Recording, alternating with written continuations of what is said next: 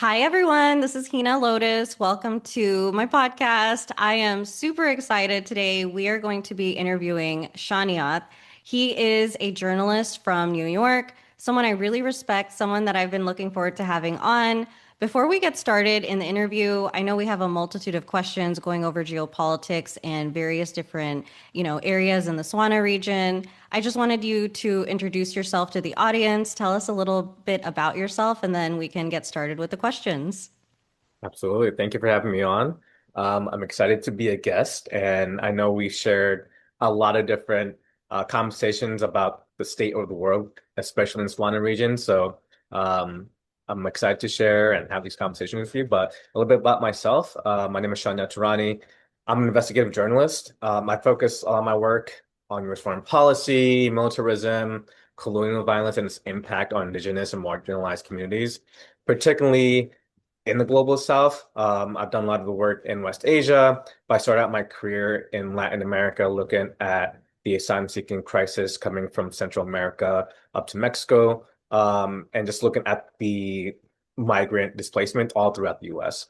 In 2024, I actually spent 6 months reporting in both Lebanon and Palestine. So I was there during the Israeli-Hezbollah war, and then I was also out in the West Bank reporting from Mondawais, just documenting the Israeli occupational expansion in real time and seeing the military violence that was happening on the ground.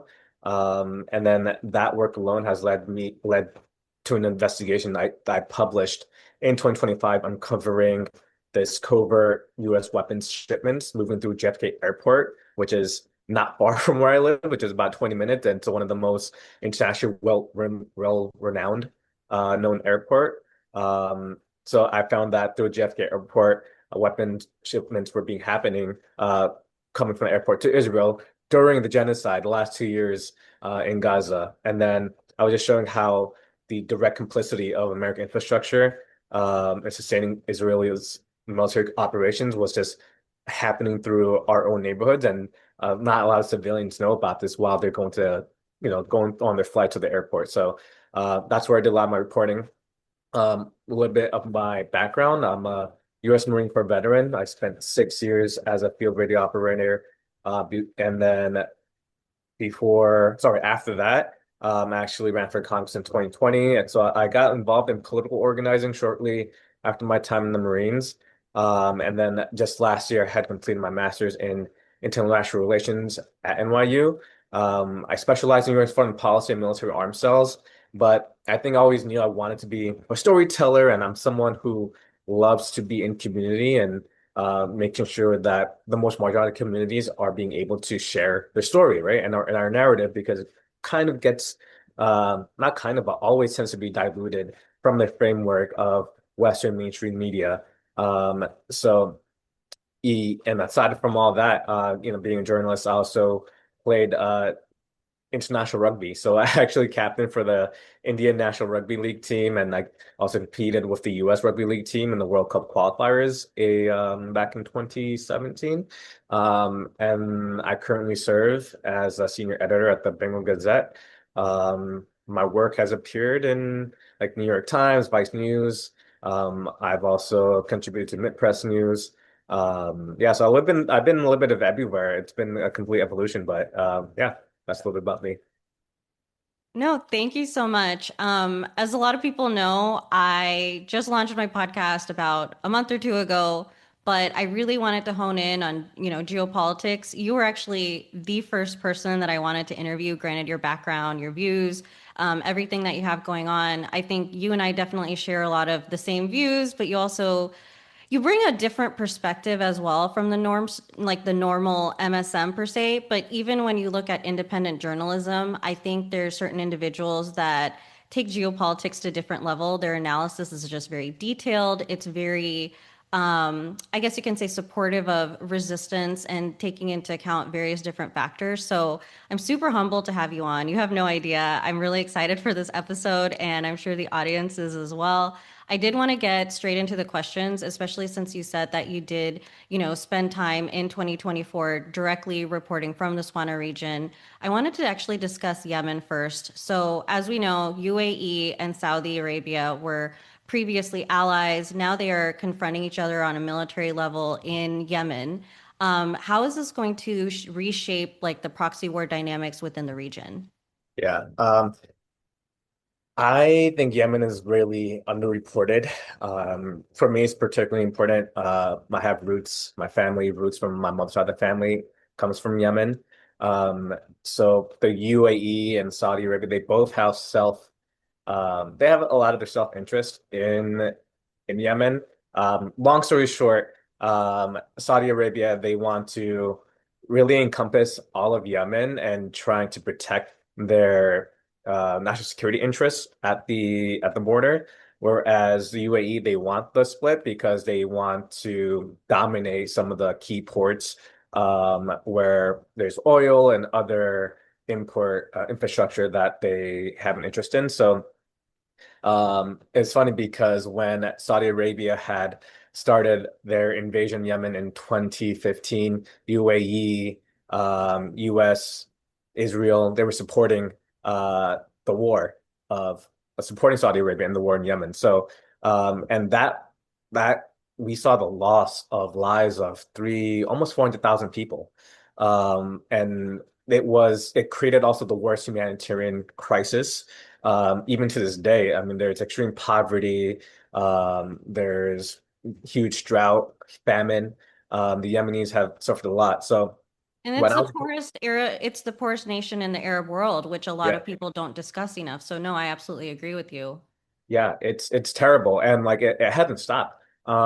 So when I was reporting from Lebanon, during Hezbollah's resistance to the Israeli invasion in 2024, like one of the most striking patterns was how the regional powers project their force through like the local proxies, right, while avoiding direct confrontation. So until they can't anymore. So what we're seeing in Yemen right now is that it's a calculus completely just like breaking down because it's not meant to last. So the Saudi and the UAE split is significant because it exposes the inherent contradictions in coalition warfare when strategic interests they just fundamentally diverge, right? So as I mentioned, Saudi Arabia has their own interests, and then UAE has their own interests. Saudi Arabia they entered in Yemen in 2015 with one clear objective was to prevent the Iranian aligned Houthi government on its southern border and restore its unified Yemen under a government that it could control. While the UAE, on the other hand, they have a different set of priorities, securing ports like an Aden and Mukalla for like commercial access, counterterrorism operations against Al Qaeda, and building local proxy forces that it could control long term. So I want to say like over the last decade, these like competing agendas were prepared because both were just fighting the Houthis, right? But the UAE's backing of the Southern Transitional Council, that's like a separatist movement, explicitly seeking to break Yemen apart. So now there's the civil war, or on the brink of a civil war between the North and the South.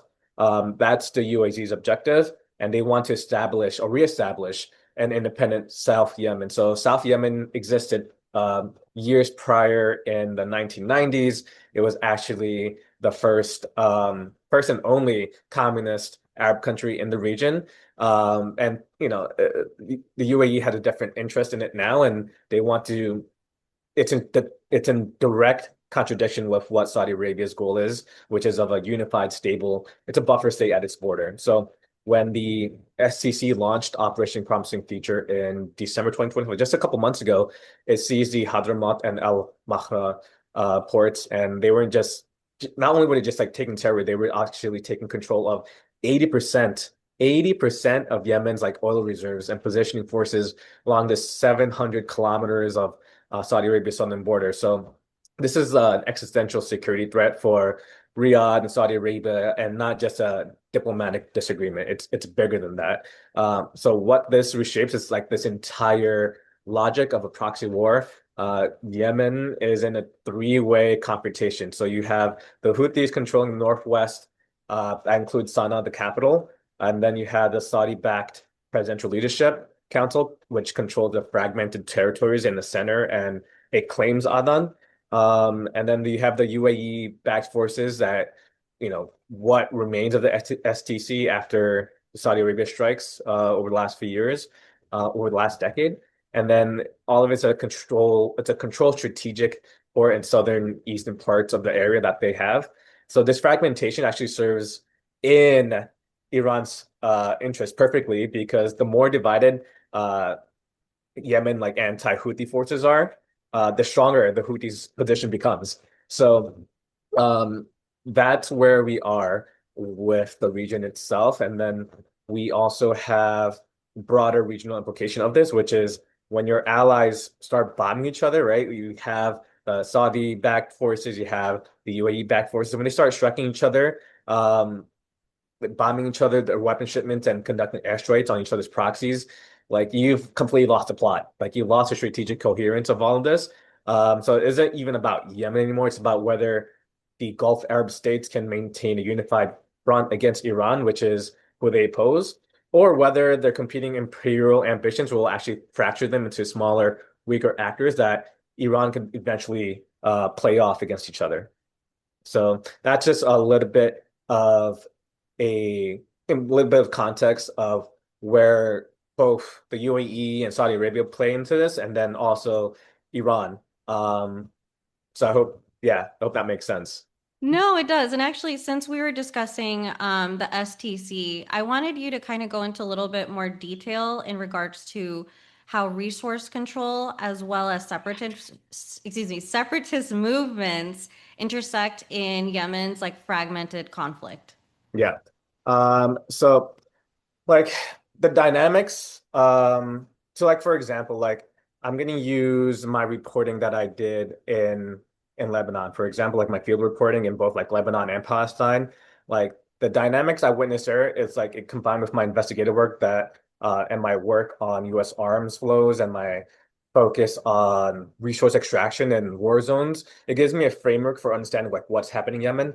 I've been trying to go to Yemen. It's so hard to get real time factual data and reporting. But just as a framework for my reporting in other countries, the SCC's seizure of both Hadramaut and Al Matha isn't just about the separate ideology. It's also about who controls Yemen's economic future. And that's what it comes down to. So Hadramaut is Yemen's largest government, covering about a third of the country, and it holds nearly 80%, as I mentioned, of Yemen's oil reserves. And then you have the Masila oil fields alone, and they're operated by Masila, which is Yemen's largest oil company. So when the SEC moved north through the Saad district in early December 2025, they weren't just advancing militarily, they were also trying to secure their economic leverage. So this is a pattern we see in like fragmented war zones everywhere. It's a repeater pattern. You have separate movements. They're not only seeking political independence, but they're also seeking the economic viability because that's what gives them power. So you have South Yemen, which was an independent state from 1967 to 1990. And then, as I mentioned, it was the only Marxist Arab state, which, today it's almost unimaginable to think about. They were backed by the Soviet Union.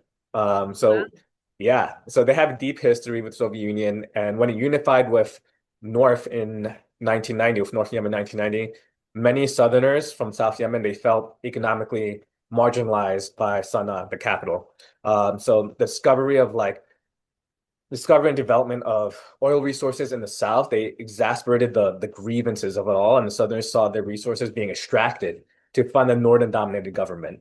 So the people from Southern Yemen, they felt like the North, the government, the capital in Sana'a, they were just extracting resources to solidify the power. So there's extracting resources. So the UAE's backing of like SCC isn't just strategic. The UAE's like they want commercial control over its critical ports like Mukalla and Aden, and they're gateways to the Red Sea and the Indian Ocean. So by backing the SCC, the UAE actually positions itself to have like forces controlling the ports and the oil fields that they fund. So this is a classic, a very classic neo-colonial extraction. And you don't need to directly occupy territory if you can install proxy government that grants you commercial access. And so we've seen this historically in many other places. And what makes this, I think, particularly more like insidious actually is that none of this actually serves the Yemeni people. None of it does, right? Well, Uh, and that's the playbook though, right? Every time oh we see yeah, this over and over and over again, it is never to the benefit of the natural resources that are being extracted from various different countries. It's not benefiting the people that live there. It's, basically empowering, I don't know if empowering is the right word, but basically helping the colonial entities that are doing the extraction. And I think that's a lot of, this is a lot of conjecture, but on the same token, it's just something that's not discussed enough at the end of the day. yeah. And just to put the data number into context, and I'm talking about as of today, February 2026, this is how badly affected the Yemeni people are. Over 18 million Yemenis are actually facing food insecurity as of today. 450 health facilities have closed. And the country has gone through more than a decade of war, you know? So instead of reconstruction and reconciliation, we're seeing just resources being fought over by the external powers and the proxies. The oil that could fund hospitals and food imports is instead being used as leverage in a geopolitical chess game between Riyadh, Abu Dhabi, and Iran. And the lesson here is that the separatist movements in like resource rich territories are never purely about self-determination. They're about who gets control and profit off their extraction. And in Yemen's case, it's definitely not the Yemeni people, unfortunately. No, and it never is. It's just so deeply unfortunate. When you were reporting in Yemen, how did you balance documenting the human loss as well as the political story? Because I kind of feel like, especially when it comes to Western MSM or even independent journalism, people focus heavily on the statistics per se, right? Or what's going on like a political level, but you never hear about it in terms of like the what the individuals are going through. Their suffering is always kind of lost when it comes to reporting. So how have you been able to like balance those two? Yeah, I think I wrestled with that constantly during the 6 months I was out in the field.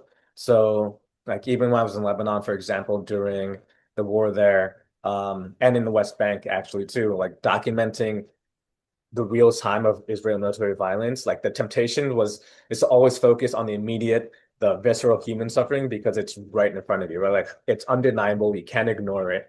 And it demands us as reporters to to witness it, observe it, report it. But as a journalist who's trained in international relations and U.S. foreign policy, I also knew that like if I only just document the individual suffering without connecting it to the systems, producing that suffering, I'd be doing disservice to the people whose stories I was telling.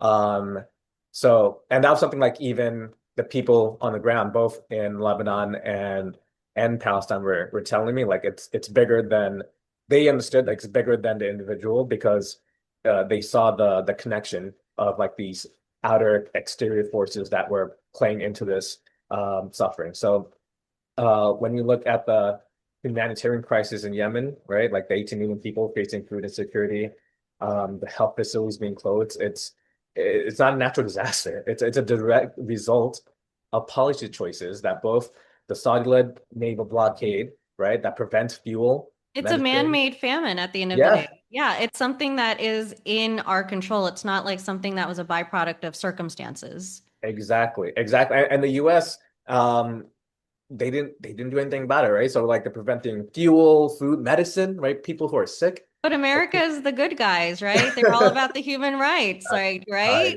I know contradiction, right? Um, these are happening in Houthi controlled areas, and then you also have the the coalition strikes, right? The coalition airstrikes that have destroyed infrastructure, the fragmentation of the government that makes coordinated humanitarian response almost nearly impossible. And then you have the international complicity, particularly, right, as we just mentioned right now, the US.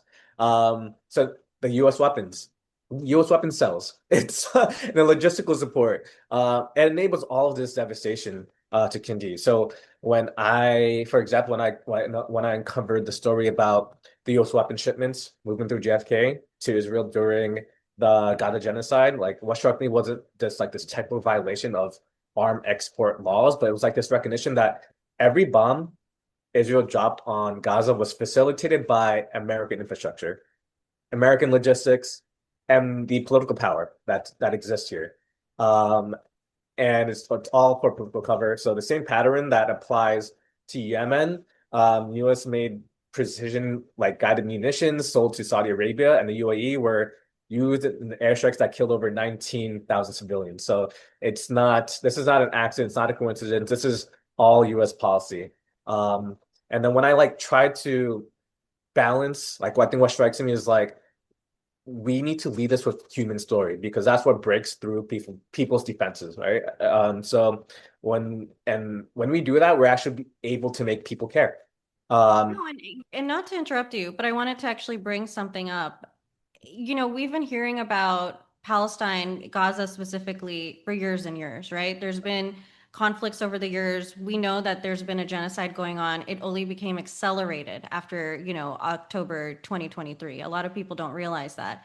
But it wasn't until people started seeing the images and the devastation and the loss of human life and literally people taking videos of dead bodies and all the terrible things that we've seen. That is, I think, when the world really opened their eyes. It's already been going on, but when we see it on a human level, I think it completely changes public opinion, which is sad. Statistics always have like a human story behind it, but it's not until we hear about it and see it for ourselves that we're able to conceptualize it on that human level. No, I agree. Because if you only show suffering without showing how the power creates the suffering, right? You risk turning people into passive objects or like pity rather than like subjects of like denied justice by specific identifiable actors, right? And like so the political story and the human cost, they're not separate entities. Like they're all interconnected. And they're the same story that is told at different scales of suffering. And the responsibility of journalism is to show both. Yeah, no, I would 100% agree. And, I wanted to actually switch over to talking about Palestine specifically. Let's kind of get into current events. We know that the Rafah Crossing recently opened. I believe only 50 people were able to come through it for, emergencies and medical needs. No goods were permitted in any capacity. And I just kind of wanted to get your thoughts on what this symbolic, reopening would constitute for the 2 million, well, over 2 million people in Gaza that have been completely isolated for over 2 years. Yeah, I think the Rafah Crossing reopening is a perfect example of how Israel uses bureaucratic mechanisms to maintain control while just creating this appearance of humanitarian concession. It's almost Performative, per it's very se. performative. So, Right. well, so I want to be clear about what reopen like actually means. Um, just about a week ago on February 2nd, right? Israel, as you mentioned, they allowed 50 Palestinians to cross in each direction. So that's 100 people total per day. Gaza's Ministry of like Health says about 20,000 people have desperately or are in desperate need of medical treatment abroad, and that number doesn't even include the thousands of Palestinians outside of Gaza hoping to return home. And at a rate of 50 evacuations per day, it would take 400 days. So over a year, over a year, just to evacuate the critically ill, assuming no one else needs treatment during that time. And even so, like no goods are being allowed through.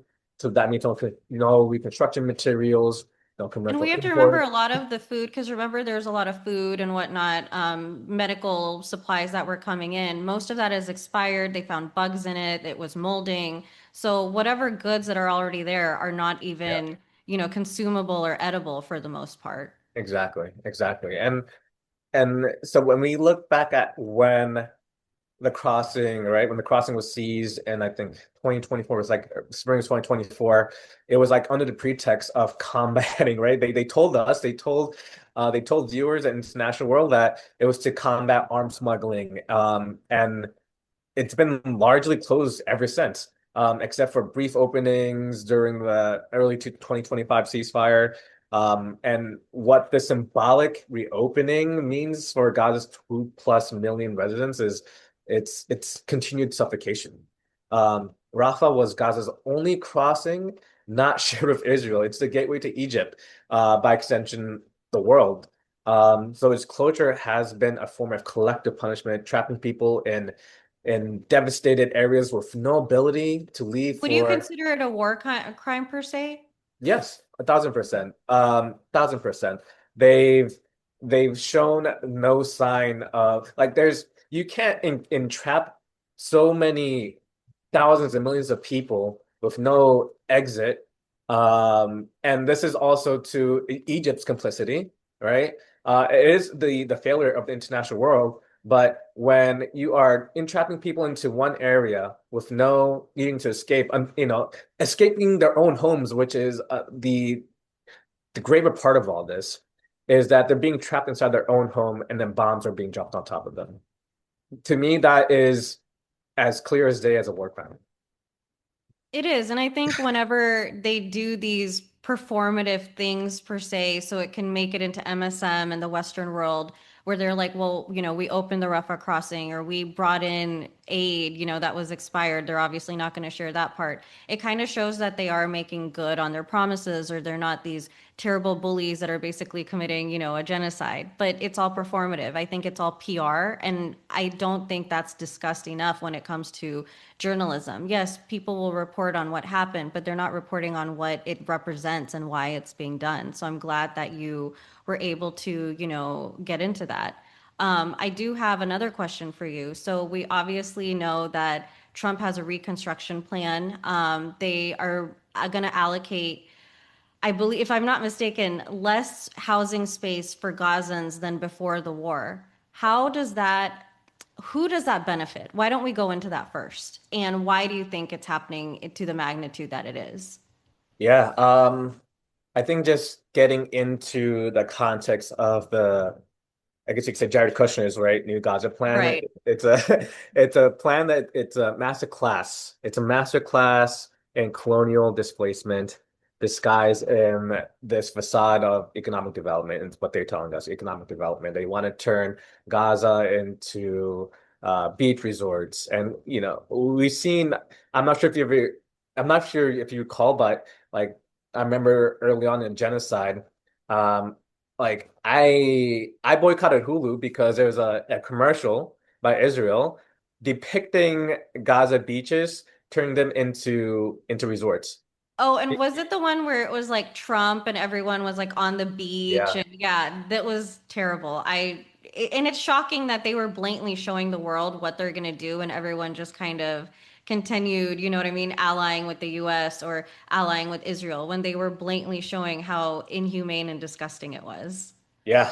Um, and so, let's talk a little bit about the plan, right? So like the plan, it allocates like this massive areas and they call industrial zones and parks, and they appear equal in size or larger than areas designated for Palestinian housing. So the UN like Habitat reported in 2024 that 87% of Gaza was urban area before the genocide started. And then it was one of the most densely populated places on Earth with 2.2 million people in 140 square miles.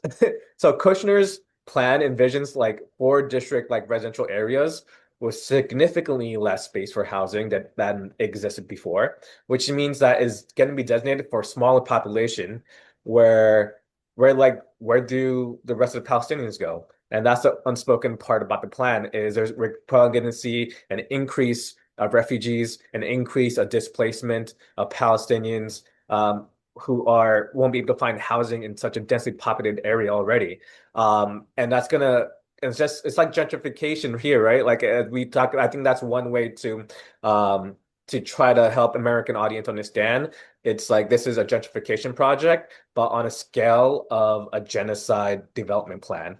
And so Gazans, like they lost their jobs, their families, their schools, and for them to try to, with no reconciliation, right? Like it's gonna take years. It's gonna take years for many families to feel like they could live a life of dignity again. But people are gonna there's gonna we're gonna see a massive disparity in terms of wealth. And a lot of that is going to go into the pockets of real estate developers. So when you ask who benefits, it's going to be the Israeli first. It's going to be the Israeli real estate developers. So you have Jared Kushner explicitly mentioned the Yakir. I might be pronouncing this incorrectly, but it's pronounced like Yakir Gabe, which is an Israeli real estate investor. They helped craft the plan. So they help craft this Gaza plan. And then second, you have, of course, our U.S. defense contractors and construction firms who will get contracts for the reconstruction. And then third, you're going to see fossil fuel companies. Shocker, fossil fuel companies. And that plan includes an offshore oil and gas rig, which people have alluded to at some point, right? And people like threw it out as just like a rumor or conspiracy theory, but I am not shocked that Well, there's we're an living oil. in the era where conspiracy theories are being proven true. So this is Yeah. the right time to discuss that. What I've told people, it's a conspiracy theory until it's not. Correct. Right? So like this offshore oil and gas rig, it's like there's a natural gas reserve in the Mediterranean, and I think there's like it's estimation of like 1 trillion cubic feet are being positioned for extraction. So it's likely going to be conditioned by Western and Israeli energy companies, but not for who? The Palestinians. And then fourth, I think what's most importantly is like this plan serves for Israel's long-term goal of making Gaza livable for reduced control population while preventing the return of refugees and maintaining Israeli security dominance. And that's what it comes down to. Is to like really suffocate the region and the people. And Trump's administration's board of peace overseeing this includes no Palestinians with actual decision-making power. None. Palestinians have no say in the future of Gaza. And then you Which have, certain countries like Spain actually said we refuse to join as a byproduct of Palestinians not being able to yeah, decide their own future. yeah. So this is a technocratic body with no electoral mandate, there's no sovereignty, and no ability to refuse the plan at all. So what's really driving this vision is like the same thing that's driven U.S. policy in the West Asian region for decades, ensuring that, of course, Israel remains a strategic asset for projecting America's power in the region, and that the resource extraction flows to Western capital. You've seen what's happening in Venezuela, right? Like the US wants to dominate oil reserves in Venezuela. So it's not a coincidence. It's not a coincidence at all. And that any semblance of Palestinian self-determination is subordinated to those interests. That's what it comes down to. And then like this new Gaza plan it's not for Palestinians, it is for investors. Oh, absolutely. And actually, so I wanted to make a connection. I know earlier when I asked you to tell the audience a little bit about yourself, you said that you had reported on, covert US operations in terms of them, shipping weapons to Israel. And I wanted to kind of connect that to the current ceasefire, I have to say, ceasefire. Mhm. Um, obviously they are expecting Hamas disarmament. They are expecting like international like security forces, and they are also discussing like a technocratic Palestinian, state. How can we sit there and make a connection between your previous reporting as well as the current, ceasefire and all these different components that we're discussing as well? When we're using like the same individuals and we're using the same frameworks, how is there a connection between the two, and what are your thoughts on that? Yeah, no, great question. The credibility of the ceasefire framework is when you examine who the actors are. I would have Uh, actually put in the negative, so you gave it a little more credit than I would have. I mean, the track record shows, right? Like the ceasefire calls for this technocratic committee with no Palestinians in any of the decision making. And then we tie it to the international security forces and Hamas disarmament. And I think we need to break down why each of these is like designed to fail as a pathway for genuine liberated Palestine. First, you have the National Committee, right? I think it's called the NCAG, which stands for National Committee Administration for Gaza on Gaza, which is led by Ali Shaf, and he was chosen for his economic development background, not because Palestinians elected him, but because he's acceptable, right? He's palatable to the external powers. Then you have the committee that is explicitly technocratic and politically unaligned, which means it has no popular mandate, there's no ability to negotiate politically, and there's no sovereignty, as mentioned. It's an administrative body designed to manage Gaza, not govern it. And Palestinians have repeatedly rejected externally imposed governance structures, and for good reason. They've seen what international administration looks like in places like Bosnia, right, Kosovo. It's colonial management. It's not self-determination. It's going to create greater disaster for the future. Secondly, we want to look at the international security forces, which I mentioned. We have to ask like who's actually providing them? Like the same countries that have enabled Israel's military operations for good, for decades. The Trump administration's Board of Peace includes figures like Tony Blair, like the architect of the right of the Iraq War, and Right. then you have Russian President Vladimir Putin, who's been invited. So you have all these like weird individuals coming together, and then you have the neutral arbitrators that are active for like their own strategic interest in the region. And then the idea of international force will keep the peace while Israel controls over half of Gaza, it maintains its blockade. So that means there's going to be a mandate of the blockade that's going to continue, and it's going to continue the settlement expansion in the West Bank, which is absurd. And I don't know about you, but like I'm like constantly waiting to see at any moment when they're going to annex the West Bank. And I think that's what I'm thinking about And constantly. that's something that doesn't get reported on enough. With Not all enough. eyes on Gaza, West Bank settler colonial violence has really been, like it's increased to a degree that they don't even discuss enough in the media. So I agree with you. I would hate to see that happen, but I think statistically, like the probability of it happening is very, very high. And I think they're setting, the precedents for it right now. Yeah. No, I agree. And then, and so we're going to continue to see resistance happening because one of the demands in all of this is Hamas and their allies have they do- you know they don't want to disarm because they know what's going to happen. So I think it's also talk about Hamas's disarmament because that's something that both Israel, the Western-backed forces, want. And so like I think we have to be realistic about this. Like there's no resistance movement Yeah, that and I was about to disarms under say, occupation, right? I'm sure most people that watch you and I already know this, but Yeah. to call a spade, we have to remember Hamas is the only form of resistance that Gazans have. So Yeah. once it is disarmed, whatever we are already seeing in the pictures and the videos and the suffering and the casualties and the death would only, increase. And I don't think people conceptualize that when they discuss Hamas disarmament. Yeah, and like even if we think about the historical context of Northern Ireland, for example, right? Like the IRA, they didn't disarm until there was a political framework for power sharing in Northern Ireland. So like the PLO did not disarm. It was actually co-opted by the Palestinian Authority structure, and that became a subcontractor for Israel security, right? Like we've seen what's happening there. So demanding Hamas to disarm while Israel maintains its military control, it continues the settlement expansion and offers no credible pathway for Palestinian sovereignty. It's just demanding this unilateral surrender and not call for liberation. No, I'm really glad we went over that. And now I actually wanted to switch over to Iran because obviously there's a lot going on over there. And just to make sure I have the statistics correctly, I have them right in front of me.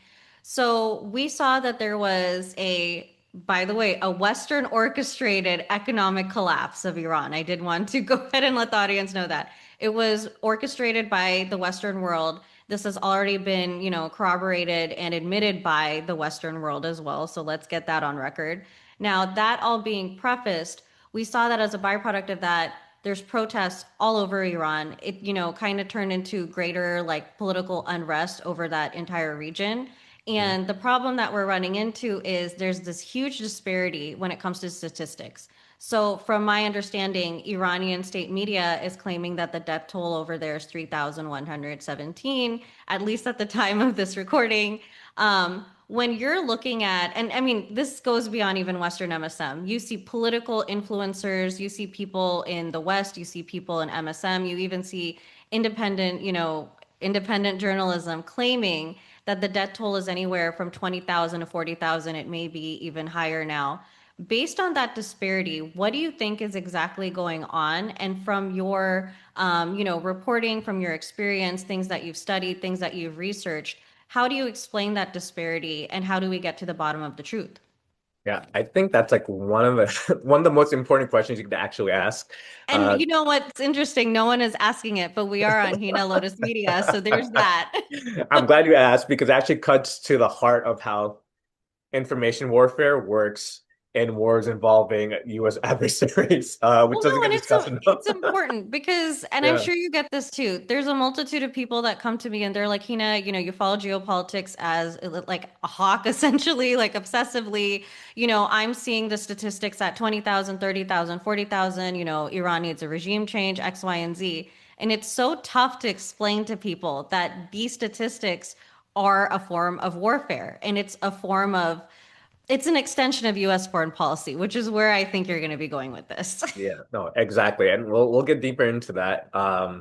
But yeah, we're hearing casualty figures varying from like a little over 3,000 in like according to Iranian state media. And then you have all of a sudden it jumps to 20 to 40,000, all based on US influencers, activists, and UN rapporteurs. And then when the And US, we have to remember yeah. political influencers. I have to remind this to people over and over again. Political influencers are not journalists. They are not analysts. They are not in the field. They are saying what they need to so they can go viral and they can get their paycheck from whatever social media. So this is why I'm not bringing on political influencers. No offense to them. They're an extension of the system. I am bringing on journalists and analysts in the field. I can't tell you how much I appreciate you saying that because Well, I I'm have not to even copy and paste that response every single day to every single one of my DMs. So I'm just going to record this and send it to them. So thank you, actually. I'm not gonna name names, but like if you've been keeping up with what influencer has been saying what and they've been going back at it, I think there needs to be a whole reality show on this. But I was about to say Real Housewives of Political Influencers Monarchs edition. I would love that. I would tune in, and I'm not a huge TV fan. yeah, we'll get to that competition for another day because I think it should happen.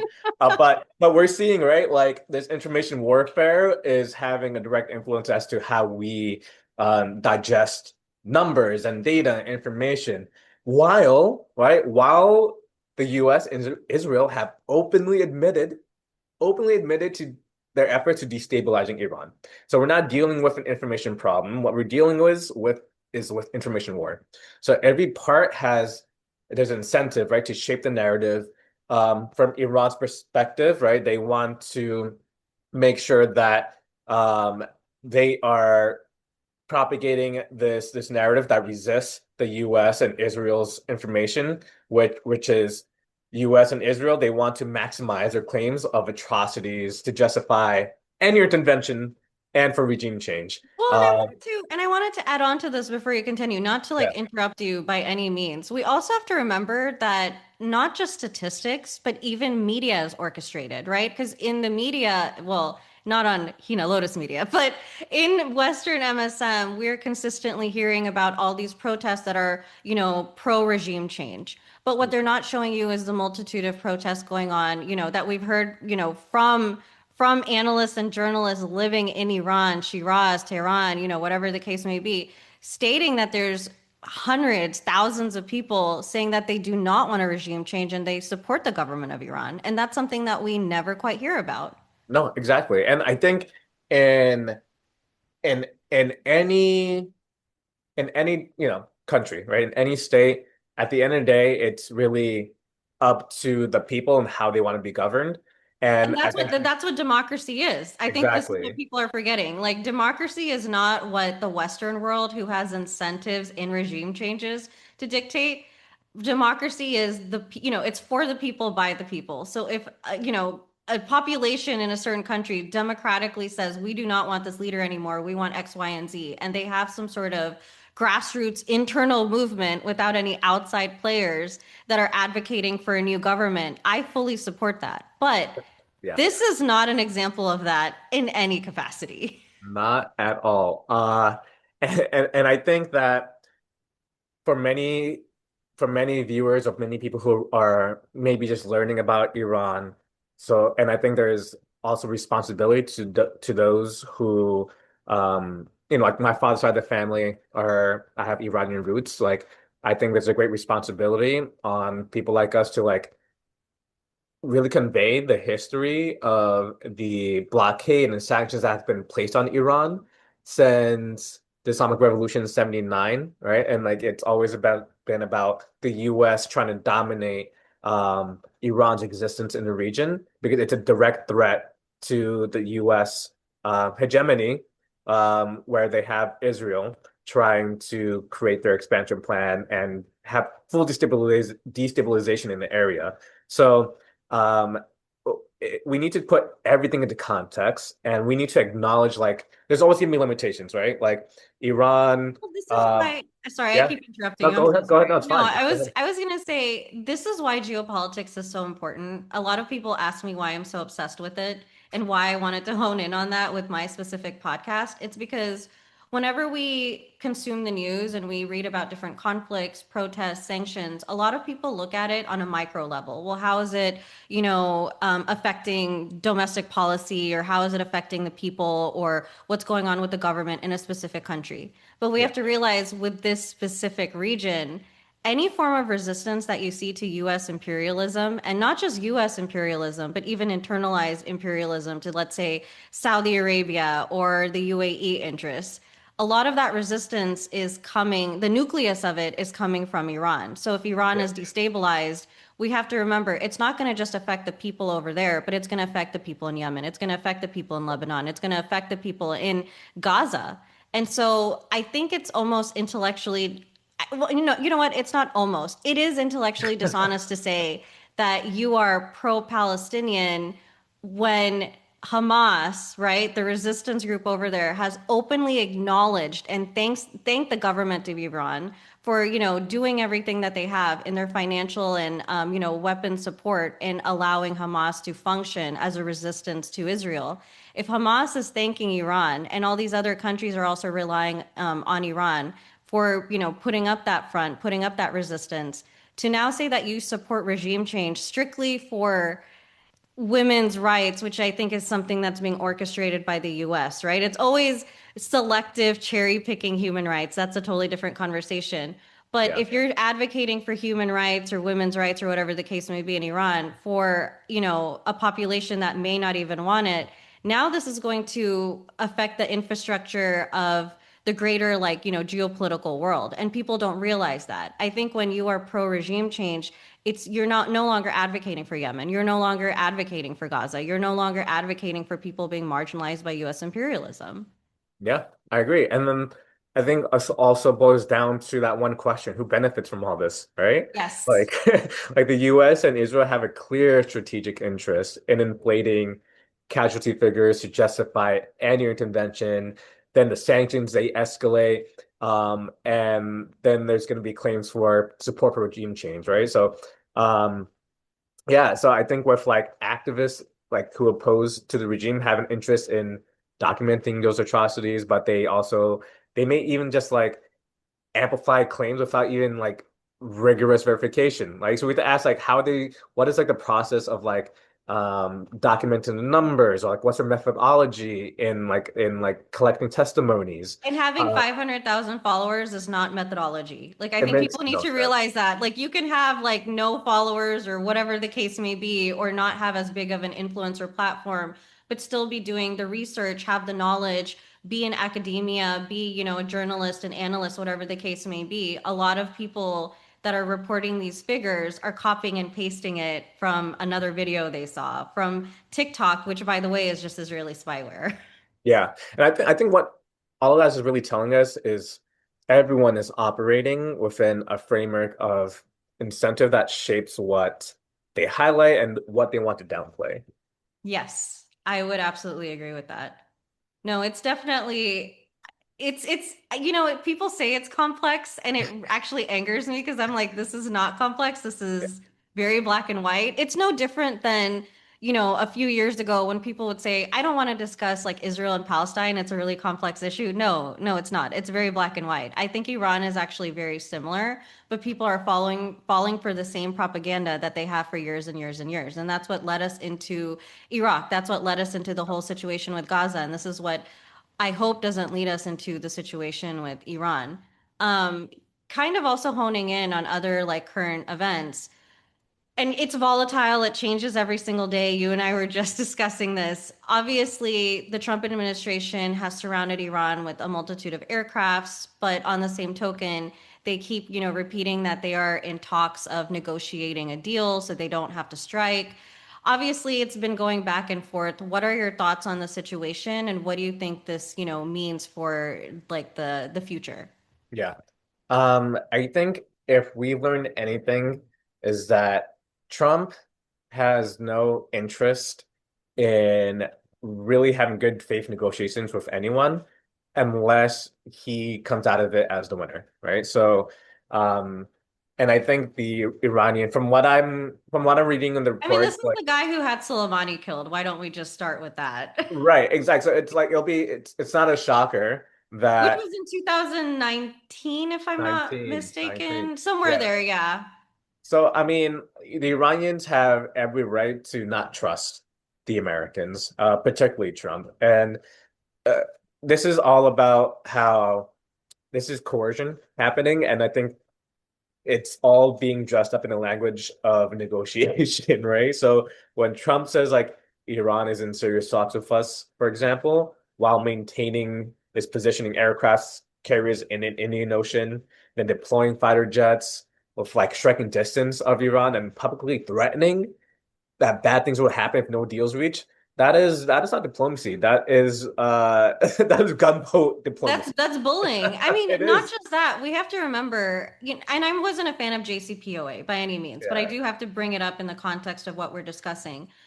JCPOA was what was coined as like the Iranian like nuclear deal under Obama, and it, let me try to simplify it as much as I can because I don't want to like list off every single thing. It was essentially saying, hey, if you like, don't do, or you cap like uranium enrichment and you stop, certain development of like nuclear weapons, whatever the case may be, we will lift certain sanctions. Not all of them, but certain. Under the Obama administration, they didn't even honor like majority of it, even though Iran complied 100%. Now, under Trump's first administration, he basically dismantled the whole thing and stamped like a million sanctions back on the country, which, in part obviously led to the economic collapse that we have. Yeah. So, if this individual got rid of JCPOA, which wasn't even being honored by the US in his first administration and had Soleimani killed, I don't understand how people think that the negotiations this time around will amount to anything. And we have to remember they were, discussing negotiations, I want to say like a year or two ago in Oman, if I'm not mistaken, and Israel had bombed Oman in the middle of those negotiations. Yeah, I mean, let's also like examine what negotiation means, right? Right. Under threat of a It's military a force. PR term at It this point. really is. Like real negotiations, I think you and I can both agree is that real negotiation happens when both parties come to the table with roughly like equivalent leverage and a mutual interest in avoiding the worst outcomes, right? Like from geopolitical U.S. foreign policy framework or any just like foreign policy framework, that is what negotiation is about. And that's not what's happening here. The U.S. they have sent the USS Abraham Lincoln Carrier Strike Group, which is like one of the bigger striking carriers, and then you have they also have deployed additional air defenses. They have openly discussed striking plans with But also you understand discussions what with this is the Israel. equivalent of, right? This is like me coming to your family and saying, "Hey, we should negotiate," while putting a gun to your head. Like Right. that's And essentially what's going on. That's not symmetrical in any capacity. right. And they're also having these discussions about striking Iran with Israeli officials themselves, right? Like, meanwhile, you have Iran um, just economically devastated by the sanctions, and they were like internally being destabilized by protests and violence, and then you have them being military weakened by the 12-day war, which they're still recovering from. Iran's negotiating because it wants to come in good faith, and they've made this clear. They've never shied away from negotiating in good faith, but the U.S. has shown otherwise, and there is no fair deal And coming that's here. not just with Iran. This is just their playbook over and over again. And I think we've all collectively learned from that. Right. And this is also like historical, right? We also have to learn from like the historical parallel of this that led up to the Iraq War, right? Like this isn't new. Like the US demanded Iraq allow like weapons inspectors and prove it had no WMDs. And Iraq, they complied. Iraq complied. And then inspectors went there, found nothing. But what? The Which US we didn't invaded find out anyway, until much later. We all much collectively knew later. that, but of course we didn't find that out until later. Exactly. And so there was the real goal, right? It's never about the WMDs, it's never about weapons. It's always been about regime change. And so I'm not saying that the US will definitely strike Iran, but the pattern is very clear. When the US amasses its military force while demanding concessions, it's signaling that non-compliance will be met with military violence, and even compliance may not even prevent that. So Trump is like framing this as this serious talks and designed for domestic consumption to make it look like diplomacy is actually working and that eventually military action was Iran's fault, right? Like putting the blame on the other actor for refusing to negotiate. But then the negotiations are held under the shadow of of an armada, like not negotiations, but they're just ultimatums. So my understanding of just even from like my Marine Corps background, right? Like my understanding of U.S. militarism, being in like the Marines, and then my academic framework, right? My academic work on U.S. foreign policy is that military force is almost never used as a last resort. It's always used as a lever. It's always used as like the first resort to extract concessions that benefit U.S. strategic and economic interest. And You know Iran how I actually explain it to people, and I'm not going to use very fancy terms. It's bait. It's bait. bait. Yeah, That's it is all it bait. It is. is You bait. know? It's rage bait. Yeah. It's rage bait. It is. It is. So yeah, so like, is this negotiations or coercion? It's for me, they're trying to coerce Iran, and if Iran agrees to those terms, it won't be because those terms are fair. It's because the alternative here is going to be a devastating war. I don't think any party really wants. No, I agree. And I kind of wanted to talk about the collective geopolitical structure right now, Yeah, in the Swana region. We've obviously seen a regime change in Syria, and the government there has weakened significantly. We saw the damage to Hezbollah with the 2024 war. We also see all the internal destabilization going on with Iran. What is the future of the Islamic resistance in West Asia based on all these different factors? And how do you think that's going to play a role in the future? right. So I mean, we're talking here, right, about the axis of the resistance, as we like to call it. So that includes Iran, Syria, Hezbollah, Hamas, um, Yemen. Yemen, right, the Houthis. You also have the Iraqi Shia militias. Um, they've all suffered some setbacks, right? Like very severe setbacks, but writing its obituary would be very premature. What we're witnessing isn't the end of the resistance, but it's a reorganization forced by these circumstances. Let's take a look at Syria for starters, right?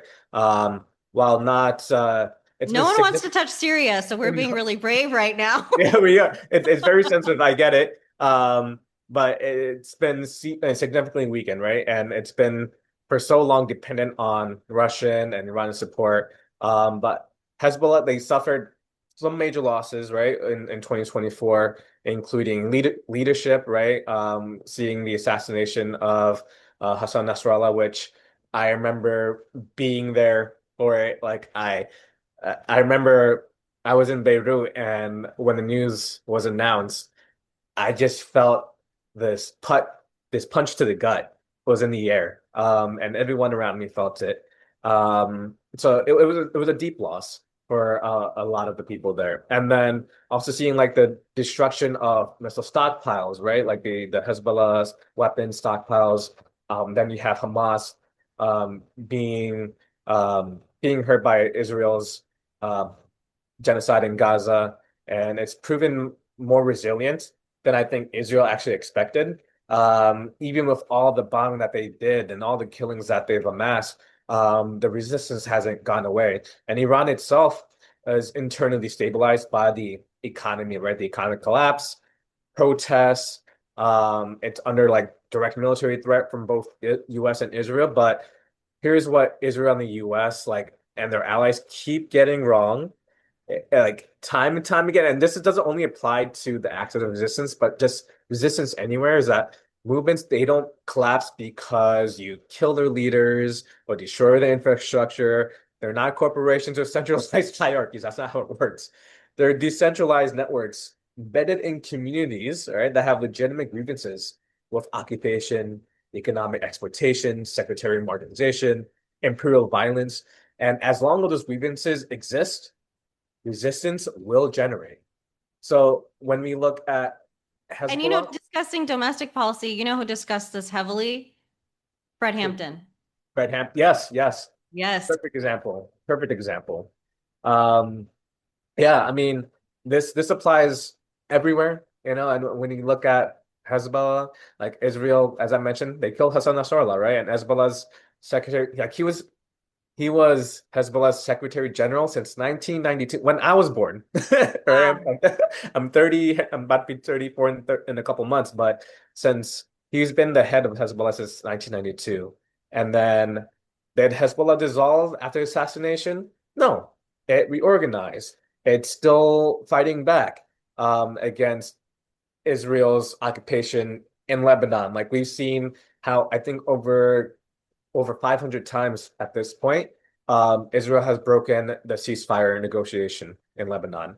Um, so Hezbollah's ability to inflict like casualties on the IOF and maintain defensive positions wasn't dependent on the leadership or on Hassan Nasrallah being alive. It was dependent on years of just weapon caches, enrichment, and like fighters who believe they're like it's about the spirit, right? These are fighters who believe that defending their homeland from the occupation is like the greatest purpose, right? And this amplifies to Hamas. Israel has kicked much of Hamas's senior leadership in Gaza, right? And they destroyed tunnels, they devastated infrastructure.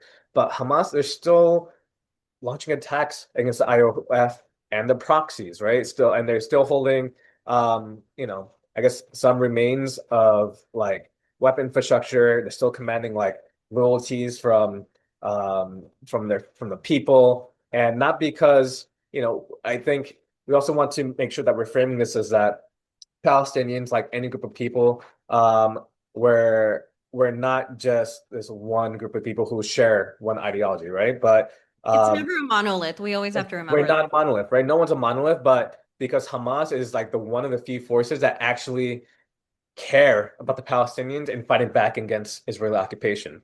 So the future of organized Islamic resistance will depend on, I think, three factors. It's one, I think we start with Iran, right? Their ability to rebuild its regional network, Iran's support for Hezbollah, the Houthis, and even the militias in Iraq. They're very strategic investments in deterrence, right? So it's not just about fighting, but also just deterring Israel and the US. So if Iran can stabilize internally and negotiate sanction relief, even under the current like themes of coercion, it could resume that support. But but on the other hand, if Iran collapses and attack or is attacked, that network will be fragmented. But if we look at seeing whether or not new actors may emerge to fill the vacuum, that's also a possibility. So if you look at if whether or not the existing axis weakens, this we have to ask, like, will Turkey step in? What does Saudi Arabia reconcile with Iran to counterbalance the U.S. Israeli dominance? Do new militant groups form, right? In I have response to to, stop you for a second. yeah, People always tell me Turkey is going to do something. Turkey is a member of NATO. Why don't we just start with that and they end it are. there? They Yeah. are. But because they are such a, I guess, important actor in this, there's always going to be questions about which move they're gonna And move in. Erdogan is very vocal. He's Yeah. a great talker, no Oh action. yeah. Oh Yeah. yeah. So No I action. have to give him that. Yeah. And then we have to get to, right. I think the other thing is like whether we have to address the whether or not the root causes to all this are addressed, which I don't think they are at all and would be anytime soon, is the most important factor. Like as long as Palestinians live under occupation, as long as Lebanon's Shia population feel marginalized, as long as Yemen is devastated by foreign intervention, as long as Iraq's sovereignty is violated by the U.S. and Iranians resistance to all this continues to be a deterrence to the imperialists, you could kill every member of Hezbollah and Hamas, and 10 years later, new groups will absolutely emerge because the conditions producing resistance haven't changed. The conditions haven't changed. So the future of the resistance, it's nearly not dead, not close at all. It's adapting, it's reorganizing. And the biggest strategic mistake the US and Israel keep making is thinking that violence alone can end resistance. It can't. When And violence is you, precisely what regenerates it. no, for sure. And I actually wanted to make this point. We hear time and time again how, they're disarming or they're trying to disarm Hamas, they're doing X, Y, and Z. But what are they also doing on the back end? They are creating more suffering, more Exactly. people who are losing family members, more orphans. And I say that as someone who is an orphan. When you sit there and create orphans, it doesn't matter how many times you disarm resistance, resistance will spring up again. If you do not want resistance, you need to make sure that you are not creating people who are suffering and want to resist. And Exactly. that's it. It's simple as that. I agree. I agree. So I do have one more question. Well, I actually have a few more questions, but more so on this topic, just to kind of hone in on everything. I know you were on the ground during the Hezbollah resistance to, Israeli invasion. You were also there, going through and experiencing everything you did with the realities in occupied Palestine. What did you learn from these experiences, and what does it kind of say about the philosophy of, what people are enduring over there? What did you learn from it, and how are you applying that to yourself? Yeah. Well, as you mentioned, I was both in Lebanon and Palestine, documenting life under occupation, and an invasion from Israel. And Uh, and I apologize, and what did you learn about liberation movements as a whole? Right. So, to answer that, it's like it's a lived philosophy, right? Of steadfastness in Arabic, you call it samud, um, in the face of just very overwhelming forces. So the question of, let's say, like strategic and philosophical lessons that emerge when regional order itself is fracturing is profound because it gets to this existential challenge facing liberation movements, which is how do you fight for liberation when the entire structure of power is collapsing and like reorganizing around you? So there's like a few lessons to this. So for me, what I took away was like resistance is not contingent on victory being imminent, right? So like in Lebanon, for example, the Hezbollah fighters weren't under any illusion that they were going to military defeat Israel in 2024. Israel was overwhelmingly had the firepower, they had air superiority, they had the U.S. backing, but the goal of resistance isn't always total military victory. If it happens, like mashallah, right? Like it's great, but it's often about imposing, right? Imposing those costs, denying the enemy easy domination, and maintaining the will to fight until conditions change. So Hezbollah's ability to inflict casualties on the IOF, to force a slower ground advance than Israel had anticipated, to maintain popular support in Lebanon, like that's strategic success, even in tactical defeat. So it signals to Israel that occupation has a price, and that price makes future aggression very less attractive, which we've seen has caused a lot of fracture even within the Israeli population. And then there's another lesson that I took away from this, which is liberation movements, they must balance principles of resistance with tactical flexibility. So the axis of resistance was built on specific regional order, right? So you have Iran support, Syrian logistics corridors, you have Hezbollah's deterrence against Israel, Hamas's control in Gaza. The order is kind of fragmented right now, but that doesn't mean the principles underlie that resistance or self-determination or anti-imperialism or the rejection of occupation are complete obsolete. It just means that the tactics just have to change. They have to adapt. So if let's say if Iran can provide the same level of support, that means the resistant movements have to find new sources of funding, weapons, and political backing. If regional allies are weakened, then local organizing and popular mobilization becomes more important. And I would say my third lesson in all this is like even with the fragmentation of regional order creates both danger and opportunity. The danger is obvious, right? Weakened allies, increased vulnerability to attacks, potential for a total collapse.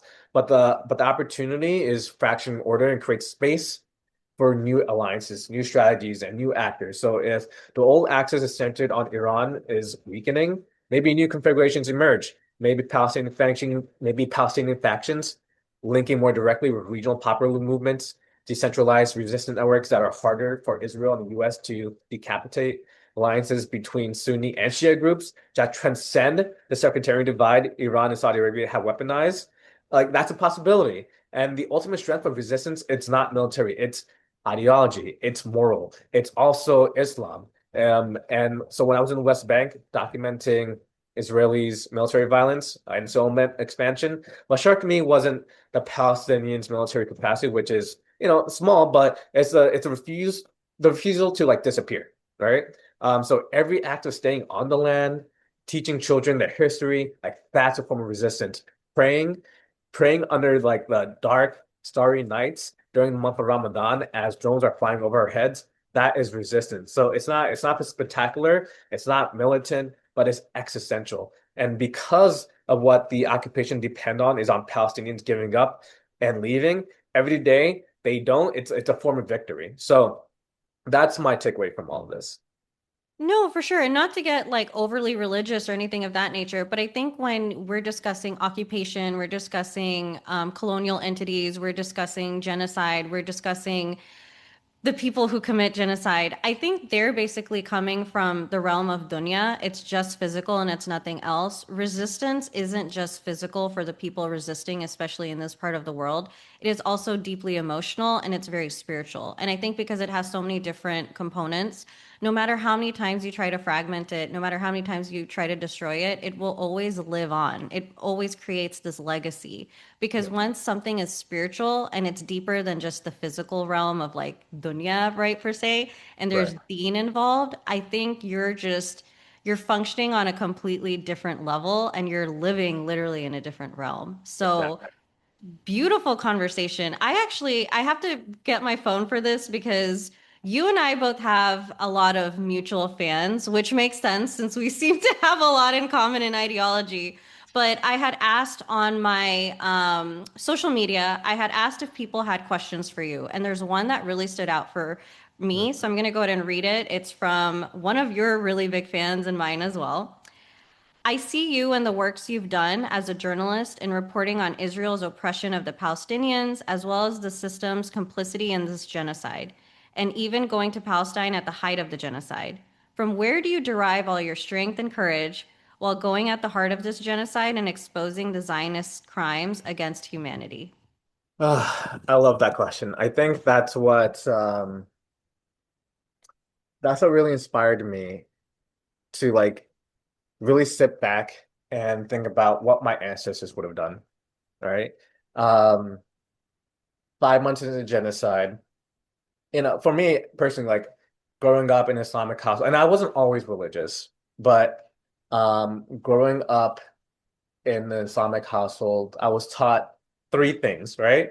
Allah, the Prophet Muhammad, peace be upon him, and Palestine. So I grew up with these lessons, but it isn't until it you see firsthand and it seeps into your body of what it does to your spirit and your soul. Um, so I remember 5 months into the genocide, I kept thinking, wow, this is the first Ramadan, genocide is still happening. What are we doing? Like just not just as organizers, activists, journalists, but like what as the ummah, what are we doing? Because if we were in the time of the Sahaba, for example, we had so many great leaders, right? Like the leaders, great leaders that existed back then. And I'm not just talking about the Prophet, peace be upon him. I'm talking about like people like Salahuddin, for example, right? People who came after him. Where are they today?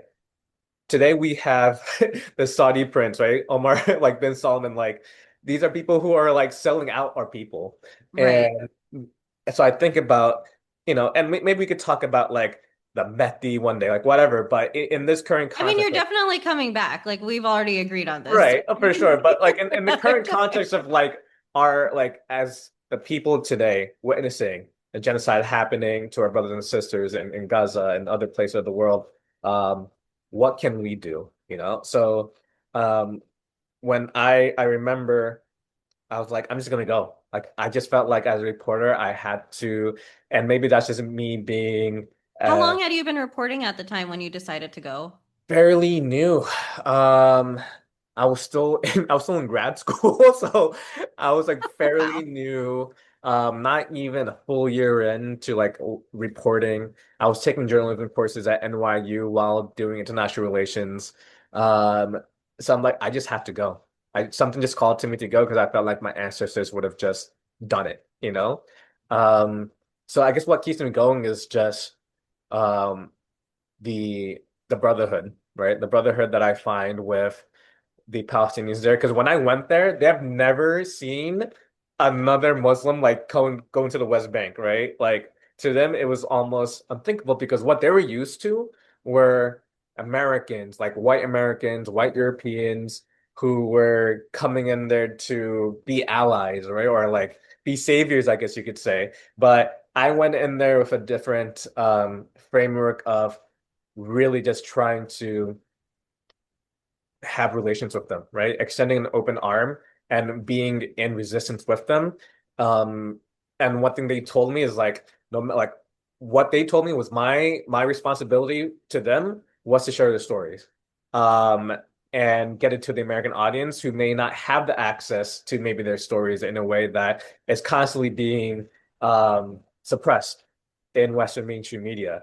To So like humanize them, essentially. dehumanize it, but they continue to persist. There's this one story while I was out there.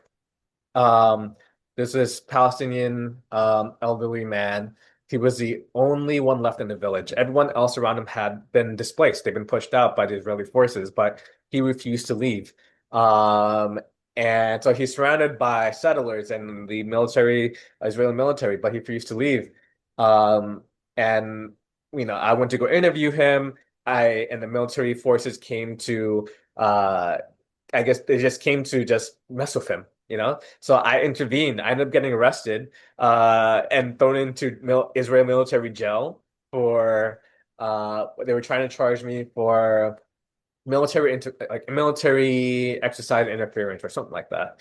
But then actually when I came back, um, he was able to like um, use his he had like this his paperwork claiming that this land was his, right? So he was able to actually have time between me because I got arrested. It gave him time to find his paperwork, right? And he continues to resist, to not leave. So as long as the people continue to resist, for me as an American, I don't have an excuse, right? So as long as they're fighting, we have to keep fighting.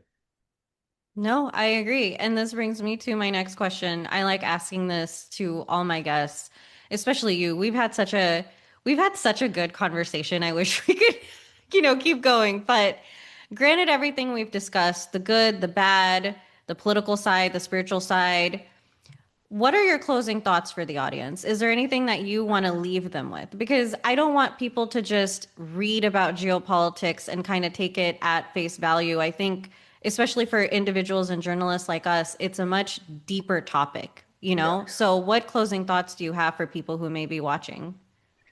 I think the most important thing I could leave people with any of this is that none of the topics we discussed today, whether it be Yemen, Palestine, Iran, they're not natural disasters. They're not inevitable conflicts that they tell us about, that they're actually products, right? I want people to know these are products of specific decisions made by specific actors with specific interests. So looking at the U.S. weapon sales to Saudi Arabia and Israel, right? Taking those two into context, then you have the Israeli occupation, settlement expansion, sanction regimes designed to devastate civilian populations, covert operations to destabilize governments. These are all policy choices, and policy can be changed. And so the reason I do this work is the reason I spent 6 months in both Palestine and Lebanon's months investigating armed flows and military operations is because I believe that when people understand how power actually operates, It's not the myths that we're told about spreading democracy or humanitarian intervention, but it's like the material interests driving the violence, and that they can organize to resist it. And every person who understands that the bombs dropping on Gaza came through American airports, funded by American tax dollars, with American political support, is one more person who can demand the government to like just stop, right? So like the despair is a luxury we cannot afford. That work has to continue. Oh, beautiful. No, I couldn't have said it better myself. I really appreciate you sharing that. Granted, this amazing interview and the fact that you're 100% coming on, whether you like it or not. I'm sure that people are going to watch this. They might have questions, concerns. They might want to collaborate or interview you, or, just follow you on social media. How can people find you? Are there any projects that you're working on? Do you have like a website, email address? Yeah, I have a Shameless promotion time. I'm always bad at this part, but I have a few things I could plug in. So I have my weekly newsletter called Ceasefire. It's where I do a lot of more. What does it mean, if you don't mind me asking? Sifr means zero in Arabic. Okay. And the reason why I chose this name is like it's we have the five pillars of Islam. So I chose zero because it is the unspoken rule, right? The Oh. unspoken pillar, or it's like starting from scratch. So even as a reporter, starting everything from scratch, we start at zero. So that's why I went with zero, sifr in Arabic. So I do a lot of my many philosophical or reflective pieces through Substack, which is, kind of gets more into like essay like reporting, storytelling, away from the demanding, uh, maybe dense news that we tend to like read and see every day. So I want people to be able to connect more, just on a human level through my Substack. So I do that every week, tend to post around Thursday, Fridays. And then I'm on IG, so you can find me on Instagram, at underscore Shaniyat. So it's just my first name, Shaniyat. I'm also on X, not as much because of Elon, but I'm still on X. And I just started an Upscrolled account. I could never was able to get onto TikTok. It was just not my thing. Maybe I'm just too much of a millennial.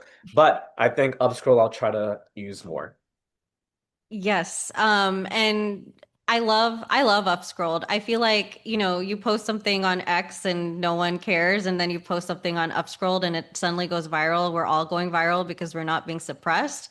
It's, Yeah. it was created by a Palestinian, and I love the fact that you can just say what you need to. You can criticize foreign policy, you can Yes. discuss resistance, you can discuss geopolitics, which is my strong suit. And people are listening, they're watching, they are reading about it, and it's a beautiful thing. And that in itself, actually, I would say re-upscrolled is a form of resistance. If we are not heard in certain spaces, we are collectively creating our own spaces. Thank you so much. I'm so glad that this was my first interview, kind of, discussing geopolitics on my channel, literally my second episode at that. But I wanted to thank everyone for tuning in. If you have any questions or concerns, please feel to reach out to me. Please subscribe. I hate asking that, but at the end of the day, if we're building our own independent journalism, our podcasts, our mediums in which we get information over to everyone as researchers, as analysts, as journalists, and not just influencers, we obviously need people to support us. So, like, comment, subscribe. Please send this link to friends and family if you think they'd be interested. And if you are interested in following me, I am unfortunately or fortunately very active on X. I'm going to spell it for everyone. You can follow me at INTREPIDLOTUS. You can also find me on Instagram. It is at Heena Lotus. I'm also on Facebook, and then my email address, if you're interested in collaborating, doing interviews, or anything of that nature, just have questions, you're annoyed by me, whatever the case is, you can email me at hinalotusmedia@gmail.com. I hope this is one of, many episodes where I can bring everyone information on news, on geopolitics with different perspectives and, kind of countering all the damage that MSM has done to journalism as a whole. But thank you so much, everyone. I hope you have a great night.